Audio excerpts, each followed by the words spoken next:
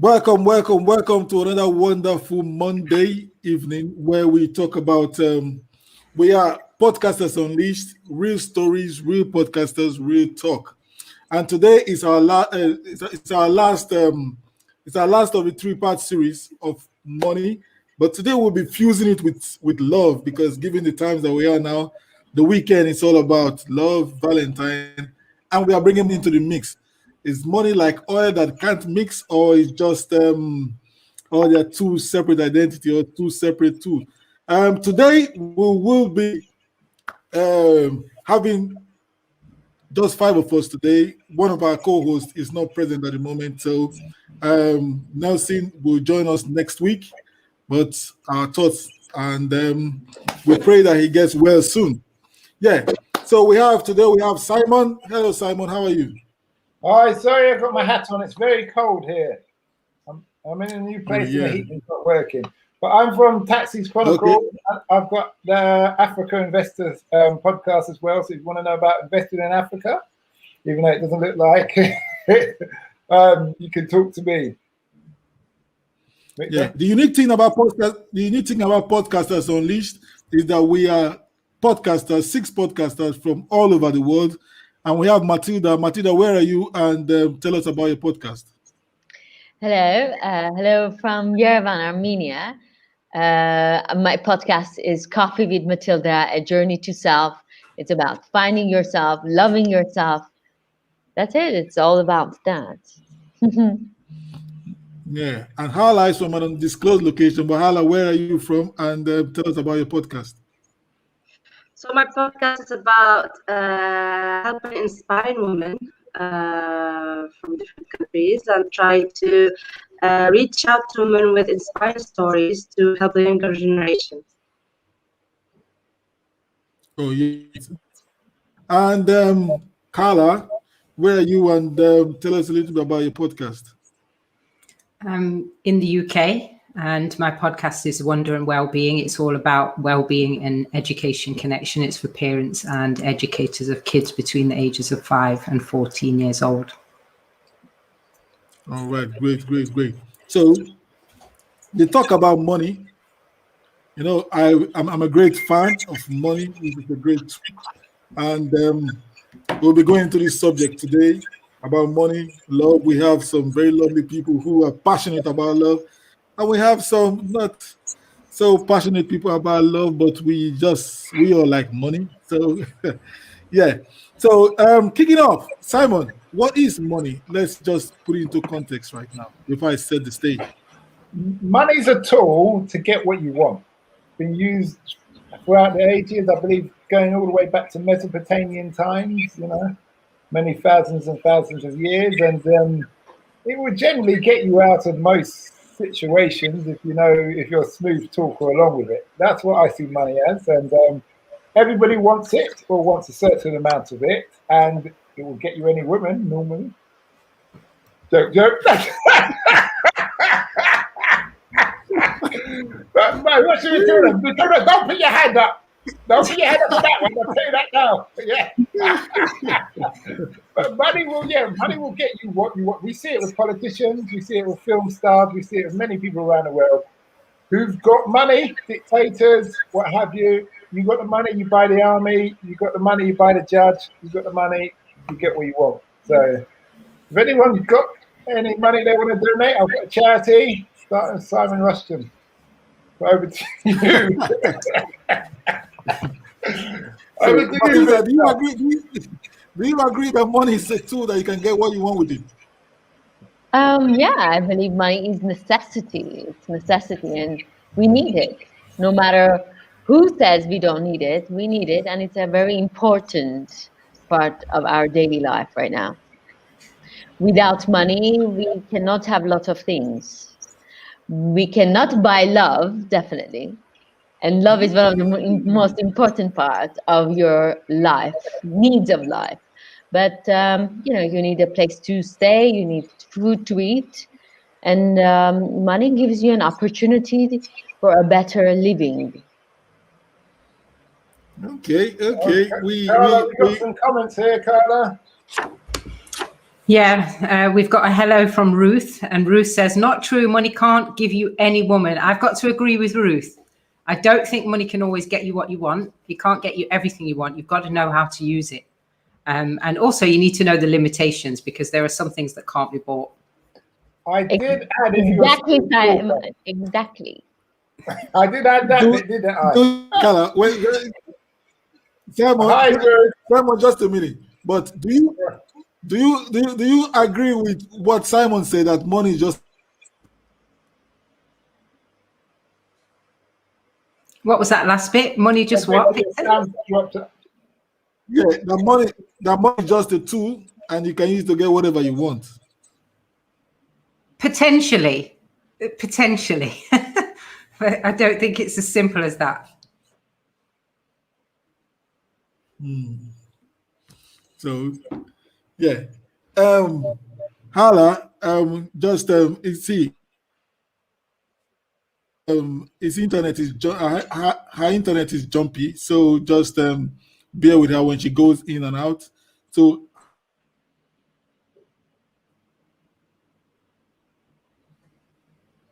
we may need someone to jump in there, hello, Matilda. Hala. Okay. Yeah. So yeah, just when she gets back, we'll get in touch with her. Yeah. So speaking about the tool of money, for me personally, I'm the host, so I don't really have an opinion on this, but I believe, not even me, but from the Bible, from the good book, that says that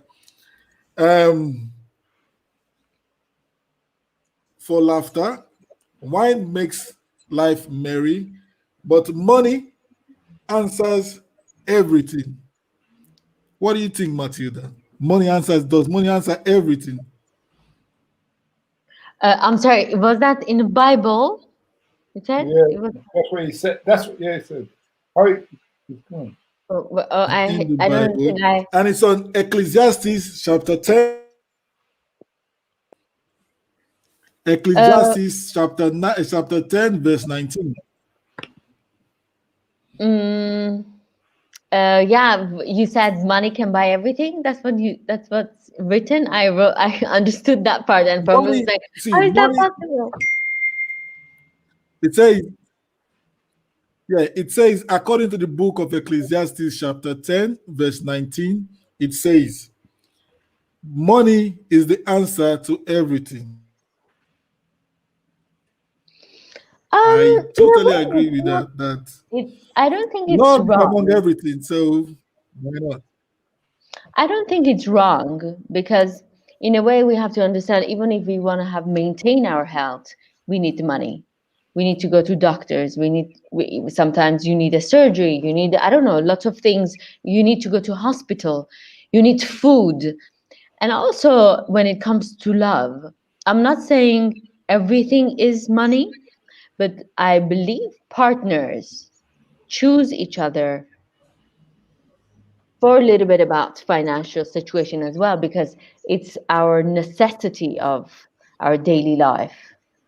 So I don't think it's very wrong. I'm kind of confused that from a Bible I'm hearing this. Clearly, I haven't read the Bible. So I don't think the Bible is saying that, but if it's saying that, bravo. Okay. Yeah. So if you are in the audience today, that is what I just quoted, Ecclesiastes chapter 10, verse 19. So you can help us just screenshot it and send it to us. Yeah. Carla, we have a comment there. Yeah, Ruth, she says, no, I don't agree. Money doesn't answer everything to me. Happiness, respect, love, care matters. To my side, I'm ready to eat beans and rice, but happy with my partner, than pizza, but argue every day with your partner.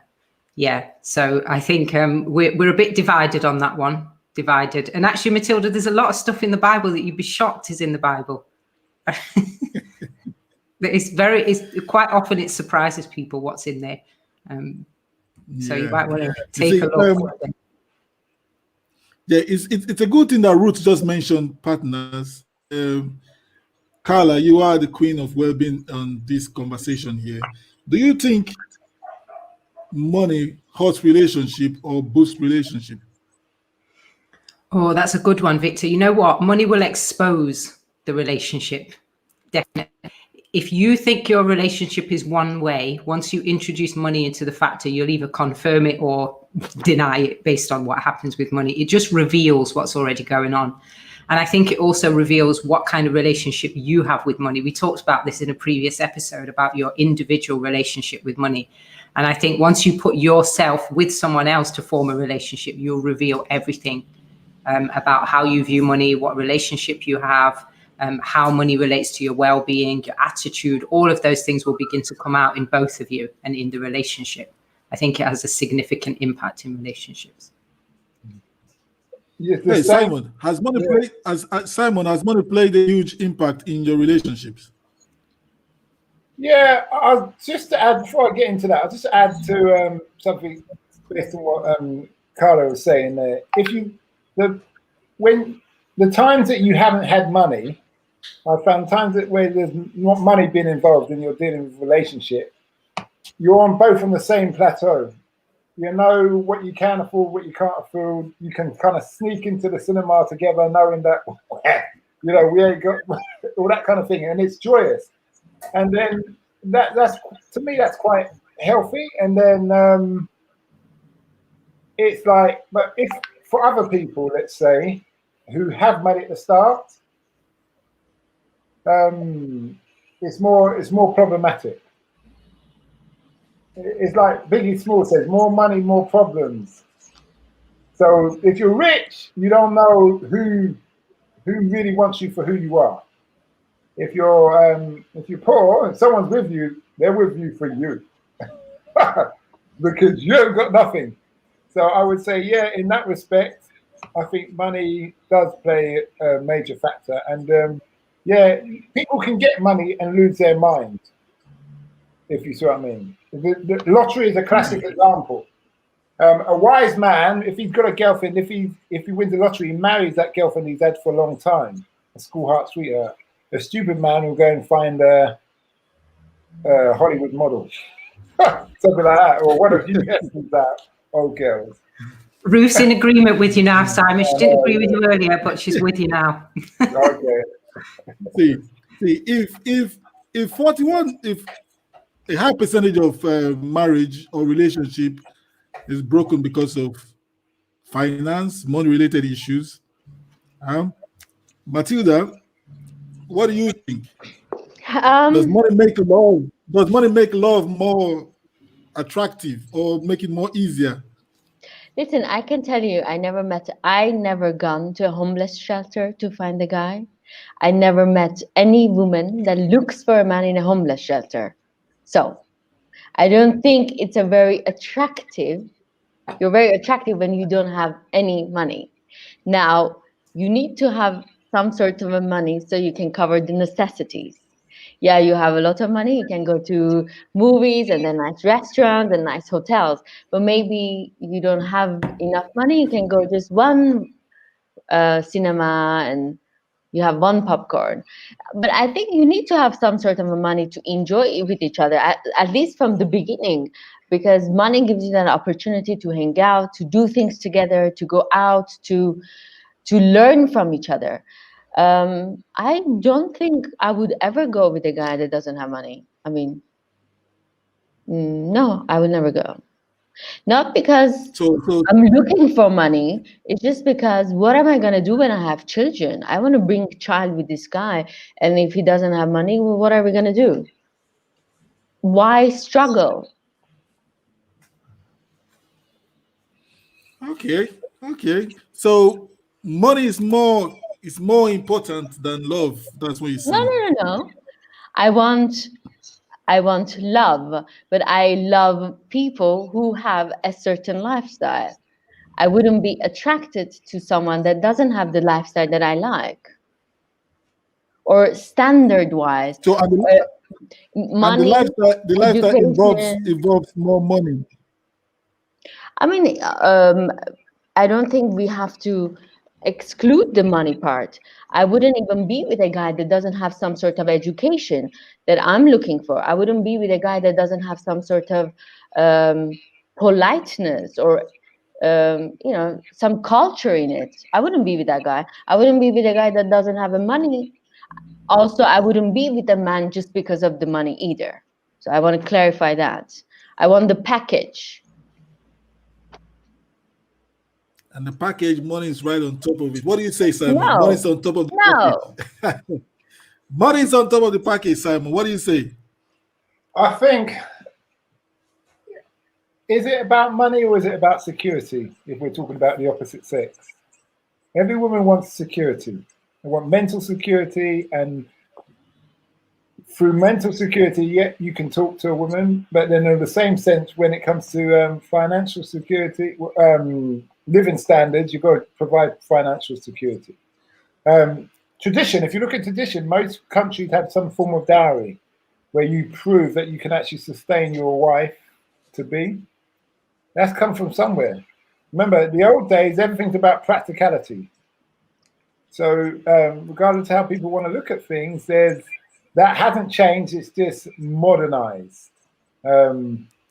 Depending on how you present yourself or what you own, tells a woman about your security, your ability. Some people may want to be in denial about certain things, but you do need money. You do need money if you want to have a woman of let's say, a certain caliber. But then I would say this, depending on the cultural backgrounds and where you live, depending on the standard of how much money you may need. If you see what I mean. So Simon, if I give it to you straight, as a man, what do you want? I want money. I need to have money. That's what I have. If I have money, I have peace of mind. You look after your children, and then the woman you're with, there's no argument. Because she wants to do something, yeah, here you go, go and do it. There's money. Or you say, I can't really do that. Or maybe next week, let me try and work an extra shift. As Matilda said, it's not very appealing. This time all her friends have gone. They've gone and done what they want to do because their man's got money. Carla, what about you? It's interesting, actually, because this is one of the areas of well-being. Sorry? Can you hear me? Yeah, what about you as a woman? What do you want? Yeah. For me, I want to be in a state of well-being, and that's what my work's about. That's what my life is about. And financial well-being is one of the areas of well-being. Without finances balanced, you can't be in a state of well-being. And it doesn't matter how much we deny that it is related to your well-being. But the thing about it is, and I think Simon touched on this, and Matilda a little bit, is financial well-being is all about basically the sense of security and the feeling of stability that you have in relation to meeting your needs financially. So we talked earlier about what money's about, and it's about you use it as a means of exchange for the stuff that you need. The things that everybody needs is different. So, for example, if you're a woman who needs, we call them high maintenance. I've heard that term before. If you're high maintenance, you're going to need a lot more money. If you like a certain lifestyle, if you like a lot of clothes and certain brands of clothes and makeup and your nails done and all that kind of stuff, that's going to cost more money. And you might consider those as needs. For me, I have quite simple needs. So I don't really need a lot of money. So I wouldn't chase large amounts of money. If it came, then it came as a result of me doing what I loved and doing my passions. But I wouldn't put it first because I know I'm not high maintenance. I don't cost a lot to keep me. It doesn't cost a lot to keep me well. And a lot of the things that do keep me well personally are free, like walks in nature, for example. That doesn't really cost anything unless you live far away from nature and you have to travel there. But me personally, I wouldn't live far away from nature. But then another person, they may not be happy with that. I like to walk, but other people may not like to walk, so they might need more money. For me personally, it's about peace of mind and holistic well-being. And that means I need to be able to keep my roof over my head. I need to be able to provide for my child. I need money for the doctor if I have to go to the doctor. Everyday things. And I need a reserve of money for emergencies, for example, because that can sometimes stress you out, especially when you're a parent. If you're having an emergency and you haven't got any money to fix that emergency, it's a disaster. But it is different for every person. For me, I'm quite low maintenance and quite simple. I like to live a simple life, and that doesn't cost a lot. Oh yeah. Speaking of high maintenance, you just mentioned now. You know, Matilda, I'm coming to you. High maintenance. You know. Before we go into that, Carla, can you just read the comment from Ruth? Okay, so Ruth says, we're all human beings, either a man or a woman. If the lady wants money, then let her also work, have money and assist the man, because we was born by a woman, not only letting the man carry everything. Love matters, guys. The rest follows slowly, but slowly. Go ahead, Matilda. Answer the high maintenance. But I have something to say. I mean, I'm all for a woman to work. Of course, we have to work. That's not the question. But if I'm working, I'm paying all the bills. I'm bringing a child for him. What is he doing? Sitting at home and playing Nintendo, or I don't know, what's the other one? PlayStation? What is he doing? So the man's DNA, the man's psychic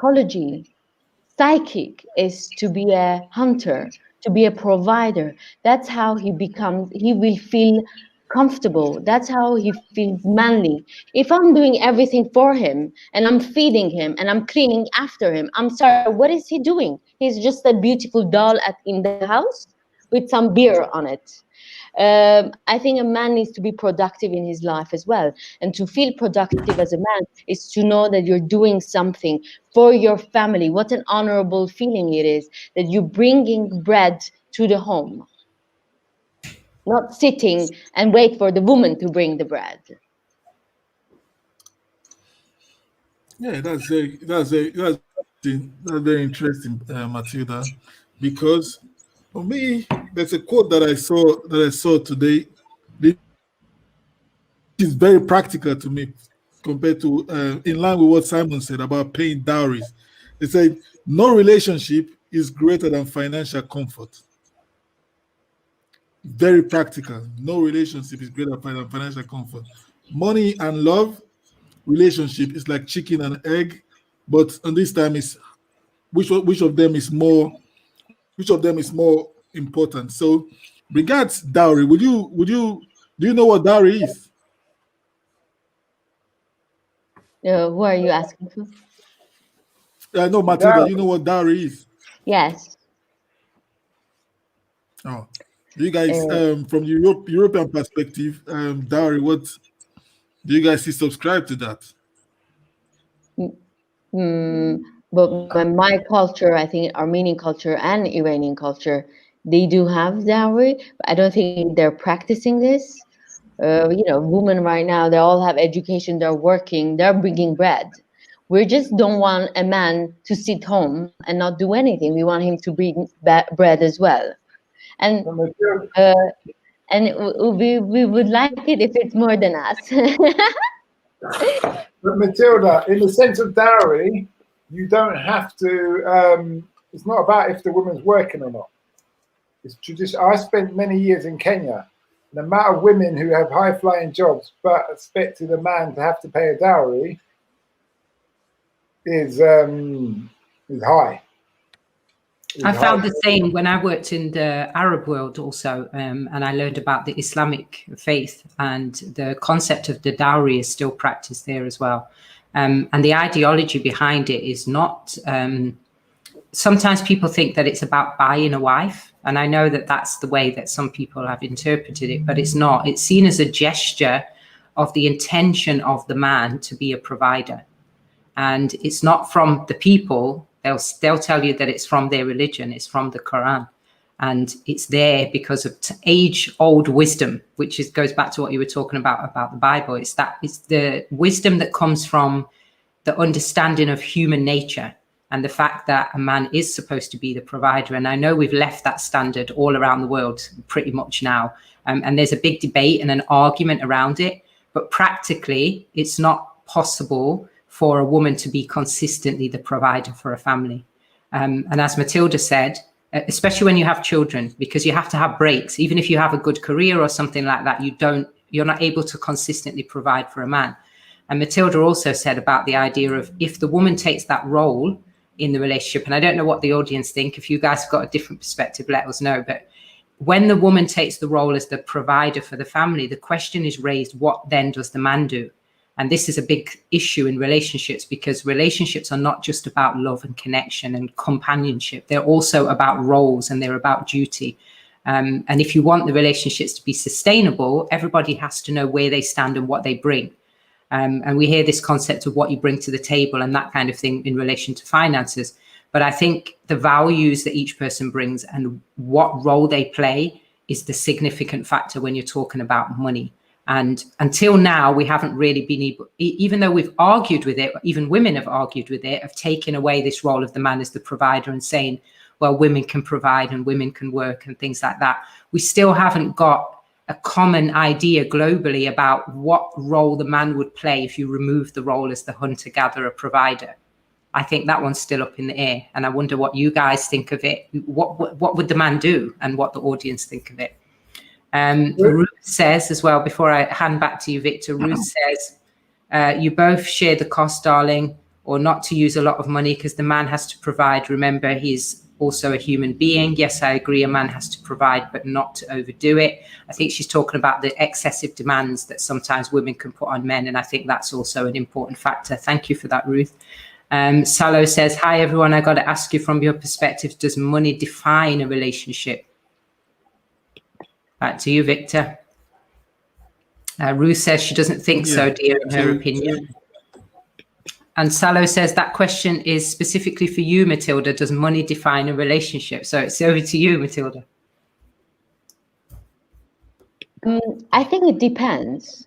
When a man, with a older man, goes for a younger woman because she's younger and she's beautiful and she's pretty, why the man does that? So why do you think that woman, that young woman, is with you? Because of your youth? No. Because of your handsome six-pack? No. Because the younger guys has a better six-pack. So what is the reason this woman is with you? Do you think that's love? Maybe. But you have to understand who you're choosing the partner. In this scenario, there's a big chance that I would say maybe this woman is there for the security only. And maybe she will think money will, love will come later, or maybe she doesn't even need love, because maybe she doesn't even care about love. She wants one thing from you, and that's your resources. But there are women who are providing as well. They are working. They are a good mother for your children. They are loving and they are caring for you. And even if you don't have money, they're sticking next to you because they love you. But if to say you don't have any money and the woman needs to love you, I'm sorry, when the daily problems come in, that romantic love will go away. When you have mortgage to pay and you don't have any money, when your kid is sick and you don't have money, when there is no food to eat, I'm sorry, there is no romance there, there is no love there. So I think money is a very important part of your daily life. Are we living without money? No. And I'm not talking about going to luxury hotels. I'm talking about your daily expenses. If you cannot pay that, then life can be very difficult. I never been a homeless, but I'm assuming being a homeless is a very difficult job. It is indeed. I have been, Matilda, and it is. You're definitely right. Katrina says, Matilda, what's the woman's contribution to a relationship? What do you mean, what's the woman's contribution? Women bring beauty. I think we women, we have a beautiful energy. We bring this essence of life. We bring humans to the world. I, as a regular woman, I can bring a child to this world. And what can a regular man does? I mean, I can do a lot of things for the world.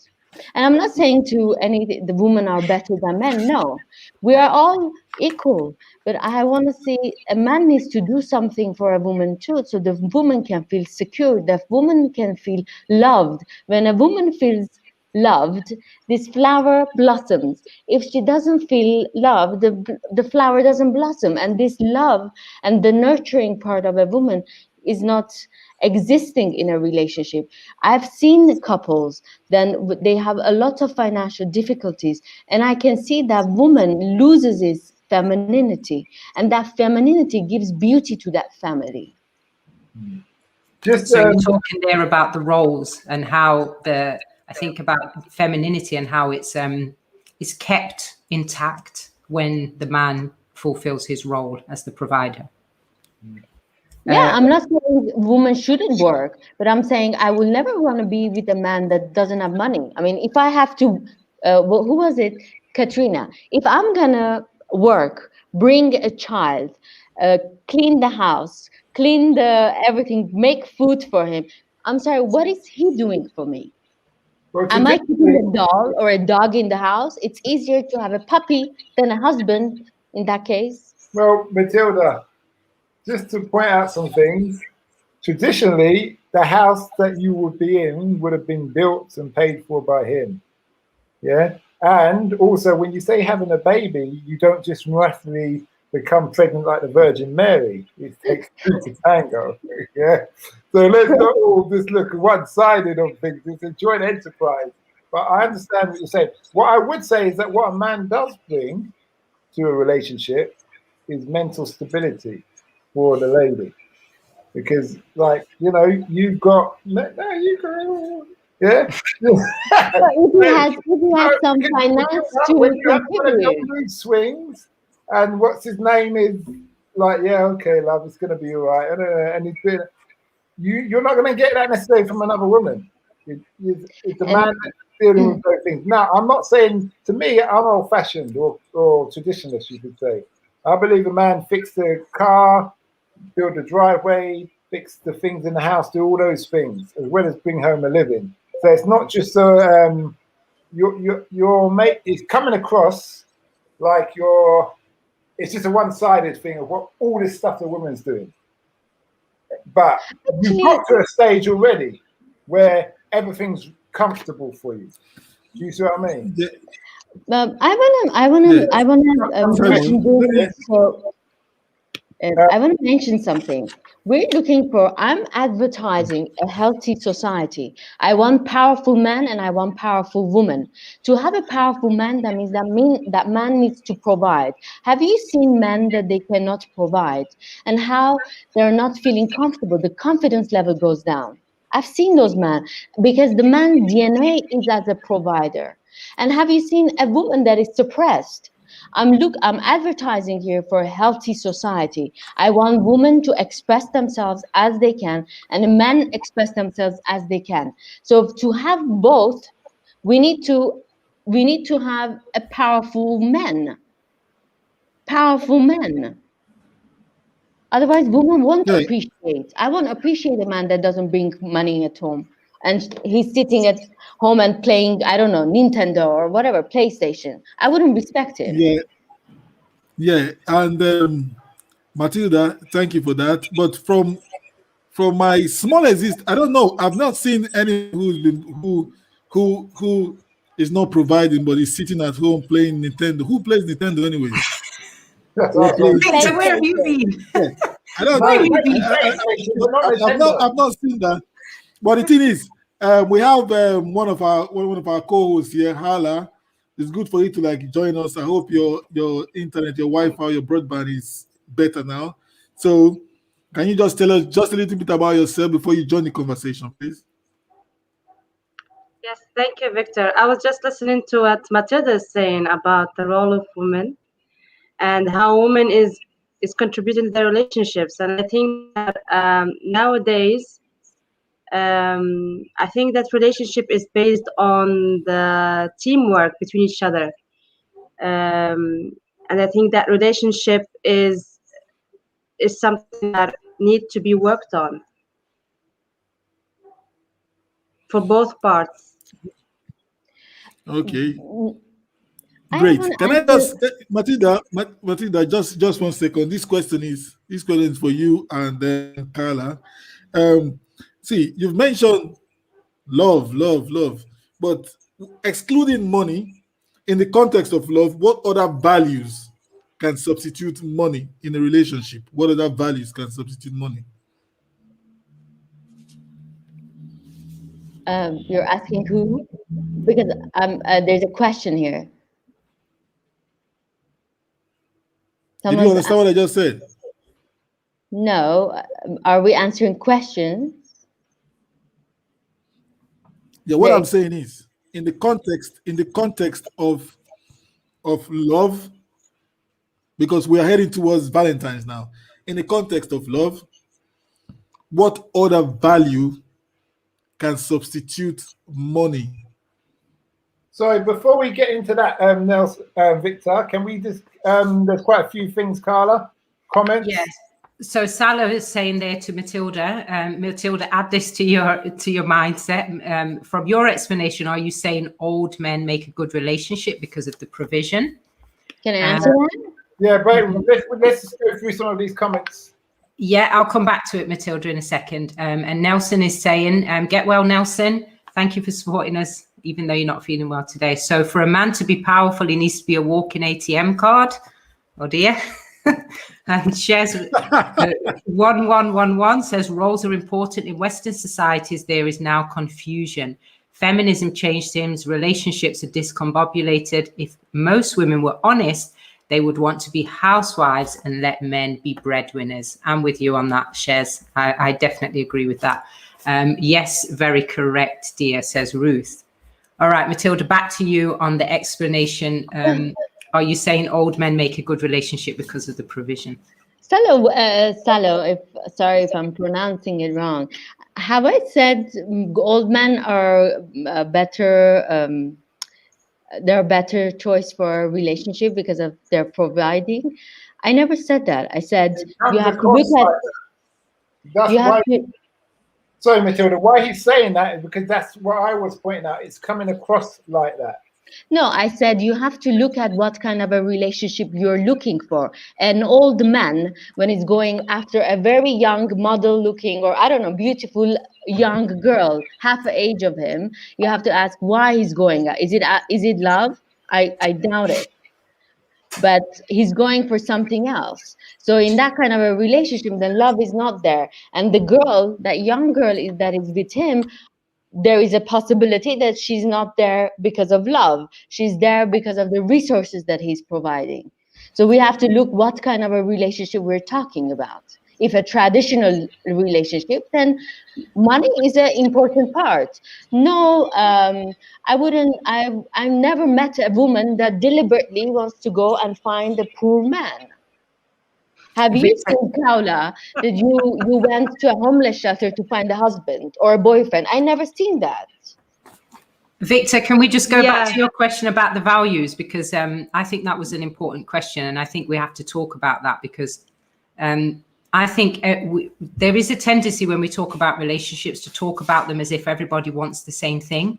And we've talked a lot tonight about the traditional model of relationship, which I think a lot of us in this group tend to like or kind of subscribe to in our lives. So I'm quite traditional. Simon is. We all are. So when we're saying traditional, we're talking about the role of the wife being the support in the family and the builder and nurturer of the home and the family environment, and the man being the provider. But a lot of people don't want that kind of relationship nowadays.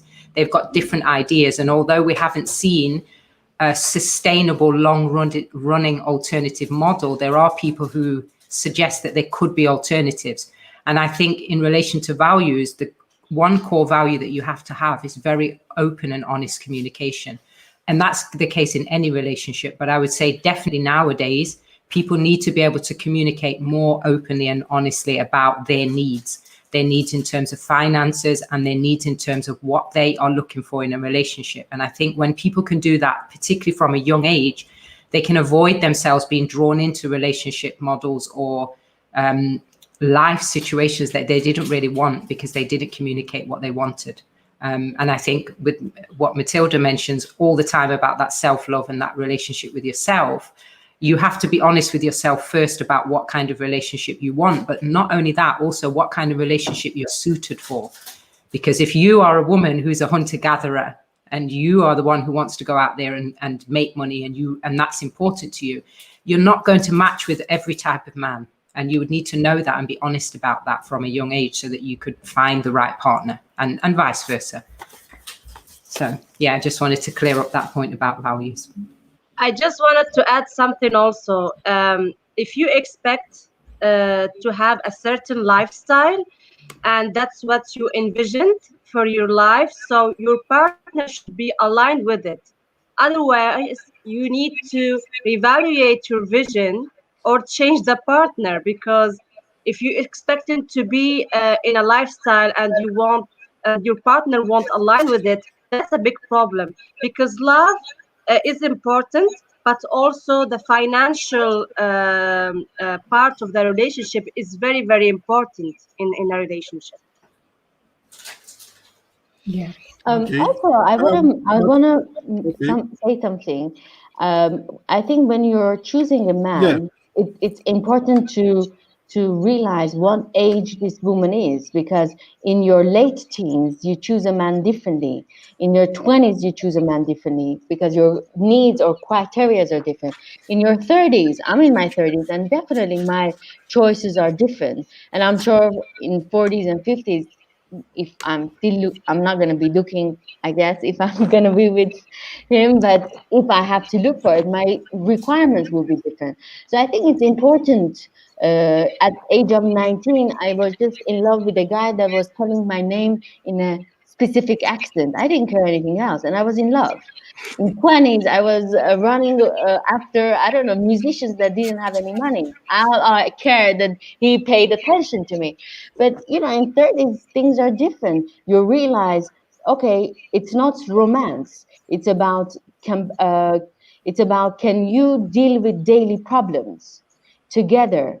Are you compatible together? Are you going to be a good team member? And for me, I can provide. Why should I go and find a man that doesn't have the capacity to provide? I wouldn't go for it. Okay. Okay. See, I would say right now there's so many Hollywood script writers who are more feminist than and start showing what is not really practical. But one audience now just mentioned how feminism has really changed things. Hala, this question is for you. Do you think feminism has changed things radically? Yes, it does change things, and the message behind the woman can have it all. Actually, it stress women because they are working more than their energies. They can't handle everything. They need a support. They need a partner. They need someone to help them. So um, it depends how you define feminism. And for me, feminism it's a bullshit word. That's where it was created by a man to say that feminist women, that they don't like men and they don't want to have a support from men, and it's the wrong way of thinking, because women need to be supported by her man, and the woman also need to respect her nature and what she can do and what she can't do. Oh yeah, I get that. So during the conversation, I think So we've got Matilda, some you comments mentioned here. a woman.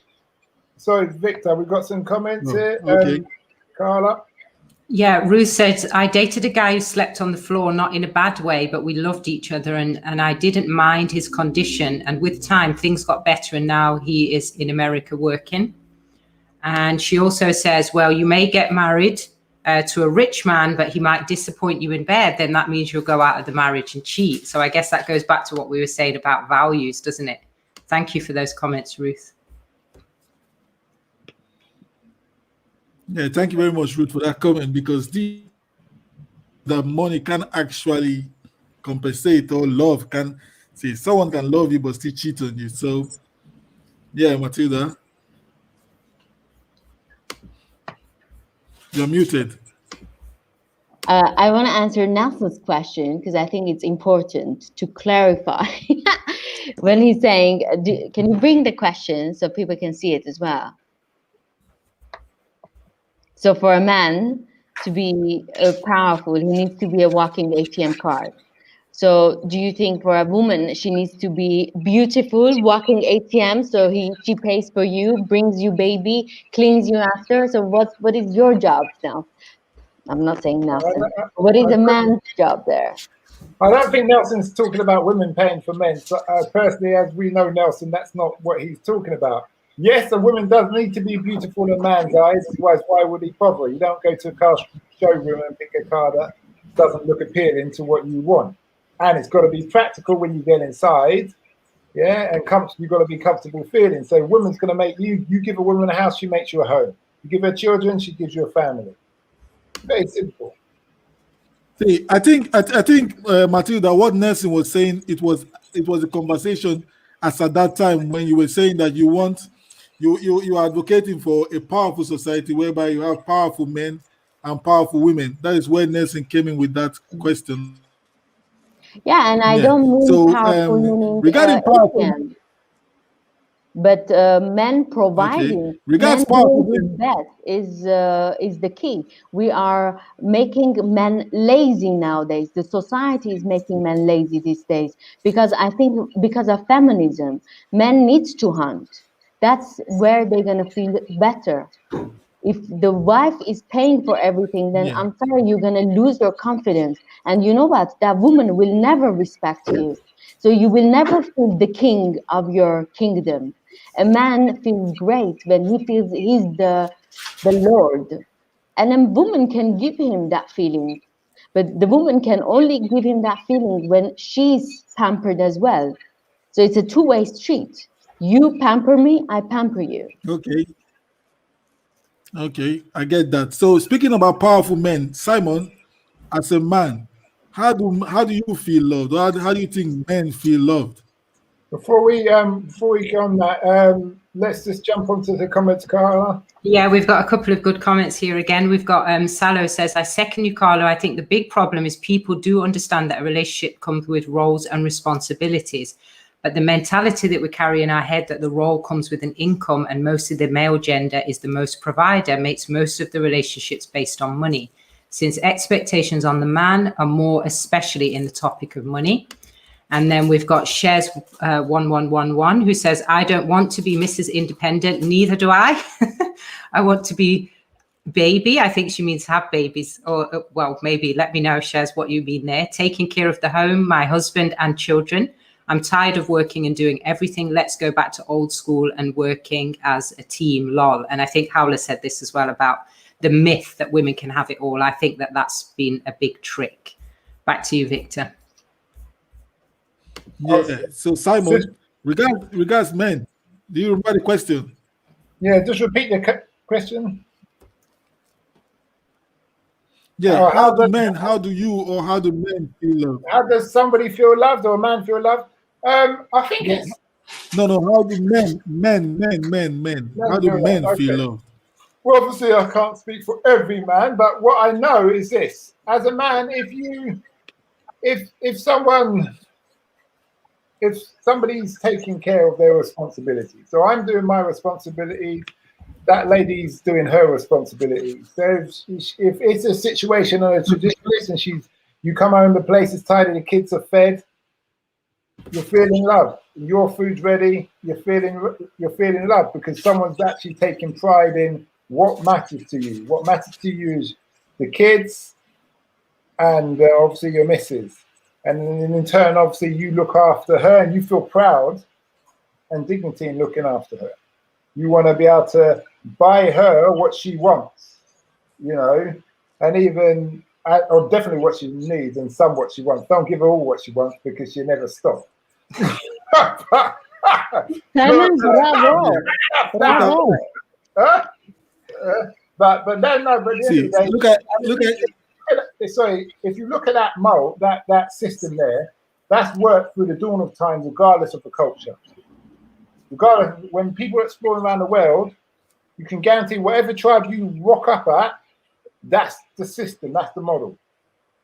And it's like that for a reason. It's not like everybody got together and said, how are we going to do this? It's practicalities. It's people lean to their strengths. And that's why I say that. So in answer to your question, it's about feeling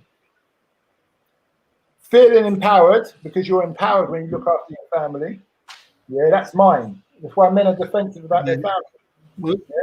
Yeah? And also, let Matilda see that someone's talking to her man or something. Ah, I'm sure the claws will come out. The claws. Yeah, Carla, what do you say? What do you say? How do women feel loved? What do you have to say about this love? We've got that comment there from Katrina Young. She says, "Give her everything she wants, Simon, and she will keep you happy." I think that is that's the ideal, Katrina, definitely. And Nelson says, "Is there a difference between love and appreciation? Being appreciated?" I'll leave that one to maybe Paola to answer. Salo says, "Matilda, how is it a two-way traffic when you believe that when working you're making the man lazy?" And I'll leave that to you before I answer Victor's question.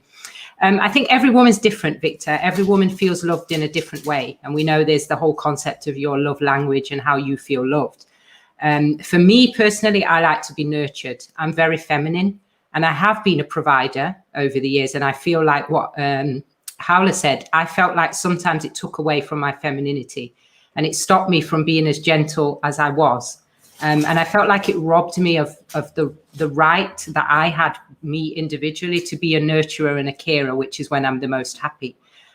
So for me personally, I like a provider. That would be my ideal, but I haven't actually had that in my life, funnily enough. I've always been the provider. And I guess that's why I say that, because I've realized from the challenges that I've had in life, what wasn't there that would have made me feel loved, if you know what I mean. So I like someone who's a provider. I like someone who's very nurturing, and I like someone who likes to receive love as well, because I give that a lot. So although I do like to be given it, I like to have the space to give it out. And I like to see that it's making somebody feel built up. So if I'm in a relationship with somebody that thrives on being cared for, cooked for, nurtured, all that kind of stuff, and I can see him thriving and growing as a result of that, that in turn makes me feel more loved, because it's like that whole thing of the two-way street, and feeling like you're working together as a team rather than just either with somebody and you're working and doing all the moving, or being on your own, which doesn't feel like the ideal. But unfortunately, I think a lot of us have that kind of life now because of just maybe a lack of values or a lack of shared values and confusion around roles. And I think also in terms of love, sometimes we don't know what love really means. We think that it has to be all wonderful all the time. But actually love has seasons. Real love, it has seasons. There is a season for romance and for all the nice things, you know, Valentine's and all that stuff that's coming up. But then there's also a season for getting serious. There's a season for maybe making sacrifices in order to make your love last, whether that be financial sacrifices or sacrificing time. Sometimes if you put a demand on a man that he's going to go out and work, for example, or if you agree as the woman in your relationship, if that works for you to go out and work, you may have to sacrifice some time. You may have to sacrifice some romance and some nurturing and some meals or whatever it is so that you can build whatever it is you're trying to build. And I think that that's something that's really important for people to realize as well, that it doesn't always have to be great all the time for it to be love. Sometimes it may not be great, but you're moving, and that's really important. Yeah. And, okay, we've got some more something comments else. there. Yeah. We've got Shez again, who says women will only submit to a man who knows how to lead. That's why, unfortunately, many women feel inclined to take the reins. And I could see Howler's nodding. I know that she was going to answer a couple of comments before. And Katrina says, completely agree, Carla. Okay. I don't know the name of... We've got another one. I don't know the name of this pretty lady with short hair, but I agree with her. My name is Carla, I think, or if it's Matilda, because we both got short hair. Most men take advantage when they found out that the woman is soft, kind-hearted and caring. They end up being terrible and annoying. I don't know if it's most, Ruth. Some. Let's be kind here. Most women want time, quality time with their partner, feeling appreciated. She will go above and beyond for him. Most, again, some. Let's say some. Because I would. Given the seasons that we are right now, Carla, see, I know you'll be taking walks in the park. You know, you'll be taking walks in nature, and it's Valentine approaching fast. So by the weekend we'll be having Valentine's. So what will you guys be doing on Valentine's? Hala, Valentine's. What will you be doing? Any plans? Actually, I don't really celebrate Valentine's, but I do Okay. really appreciate the people who have been in my life, and I do really express my feelings for them. It's not only about relationships and romantic relationships. We should always celebrate the people we have in our lives. And yeah, I don't really pay a lot of attention to these commercial dates, and not really it's not really significant for me. Okay. See, I'm not going to be naming the audience from my head who've been Nelson, and then shares 1111. See, what will you guys be doing on Valentine's Day, or what will you guys be doing by Valentine's weekend? I just share with us. That would be great. Matilda, what will you be doing? Love, what will you No. be doing for Valentine's? Nothing special. I don't believe in Valentine's Day. I might celebrate something with myself because I usually do Matilda time. I think it's important to realize if you don't appreciate who you are and have some me time with yourself, you cannot serve other people with your love as well. So it's important to make your cup full so you can make other people's cup full as well, people who are around you. And I don't believe, I don't think relationship should be a lot of work. I think if two people understand each other and they are home because of each other, they feel home, then there is not much to do. Automatically, there's respect and love. So, yeah, I feel like Valentine's is maybe a time with yourself than any partner you have or any people you have.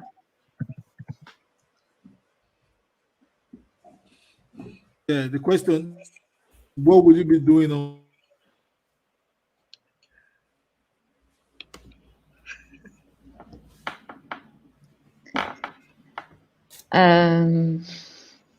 Valentine's or Valentine weekend?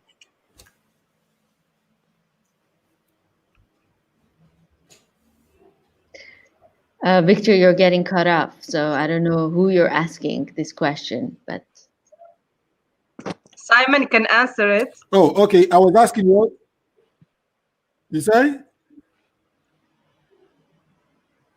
I think Victor was asking what we're all doing on Valentine's Day. I'll read the comment from Salo, the last one. It says, Carla, you said all that is my head. Thanks for putting it in the best way. I second you big time.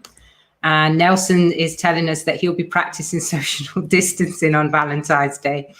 And he'll celebrate before or after Valentine's Day. I don't like that when I want to express affection, be held hostage by corporate American marketing. Oh dear.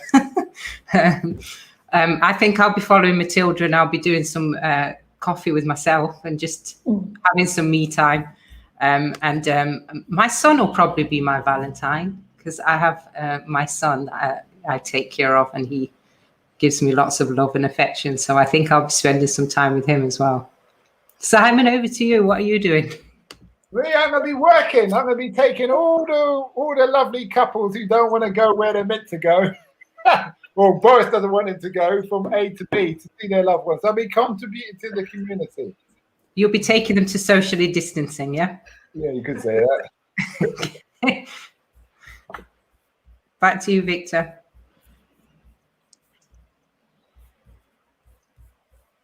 He's frozen.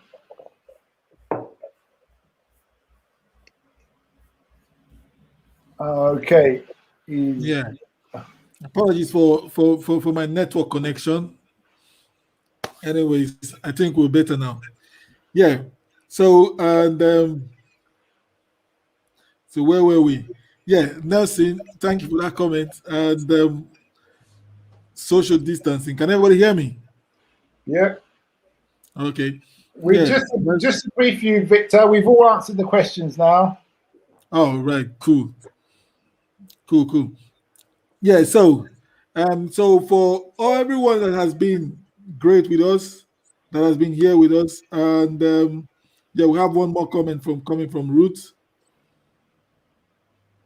Carla, can you just do us the honors? Yeah, Ruth says, I will buy flowers and a cake and some toys for my lovely, adorable, cute sons, and that will be my Valentine.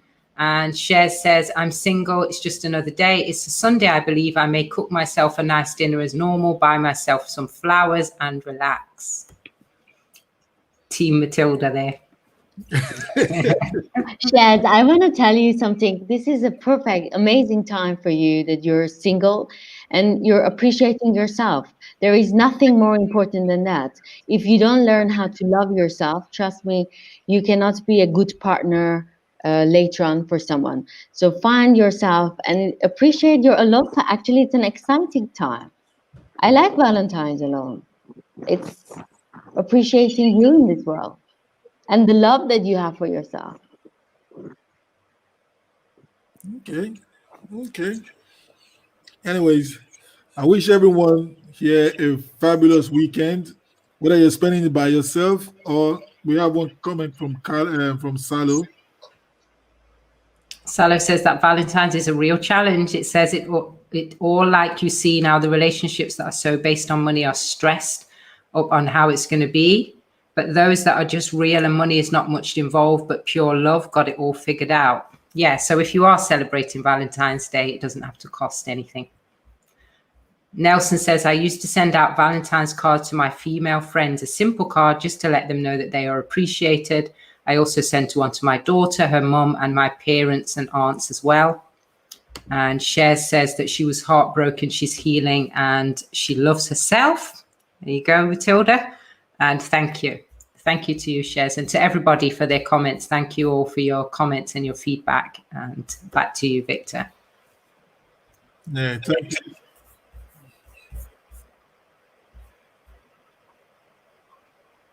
you. Thank you very much, guys, for all your comment and for all your participation. I'm speaking to the audience right now. You've made today to be a very wonderful show. Thank you very much, Shares, Katrina, Ruth, Nelson. And then, by the way, guys, Nelson will be here with us next week. So it will be the usual amigos, 6 of us back. And I wish you all a very wonderful, and amazing time spending with yourself or your loved ones, however you want to do it. But social distancing as well is cool. Yeah. So just for us to end the show right now, Carla, can you tell us just about your podcast before we round up? Yeah, my podcast is the Wonder and Wellbeing Podcast, and it's about wellbeing and education and all the topics that connect those two areas. And it's for parents and educators of children between the ages of 5 and 14. And I just want to say to Ruth, yes, I would love to talk about single mothers and how difficult it is for them to find love. That's a great topic, Ruth. Okay. So Carla, just pen that down, and we might talk that before the end of the year, before the end of the month, which is cool. Yeah, Simon. Yeah, where can people find you and talk about your podcast? You can find me on Africa Investor Stories, where we talk about investing in Africa, or Taxi Chronicles podcast, where we just interview unsuspecting guests who get into the taxi and tell their stories. Very interesting stories, real and true to life. Thank you, Victor. Yeah. Hala, what about yourself? Where can people reach you? Yes, Women Stories podcast about expat women around the world who lives in Paris and who wants to inspire young women of today. So you can reach out to me on Spotify or on iTunes. Great. Matilda, where can people reach out to you? And mine is Coffee with Matilda, a journey to self. It's about finding yourself, loving yourself, and appreciating yourself. You can find me in iTunes and Spotify and YouTube as well, and Facebook. Yeah. And guys, one of our co-hosts is not here. He's Nelson J. Zambrano.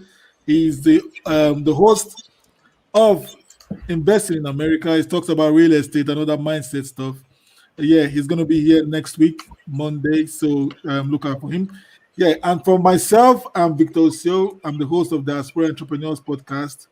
My podcast is it's for the diasporans who live all around the world, looking for ways to kick the 9 to 5 and live a lifestyle of freedom. So from us at Podcasters Unleashed, we say bye for now. Bye. Bye.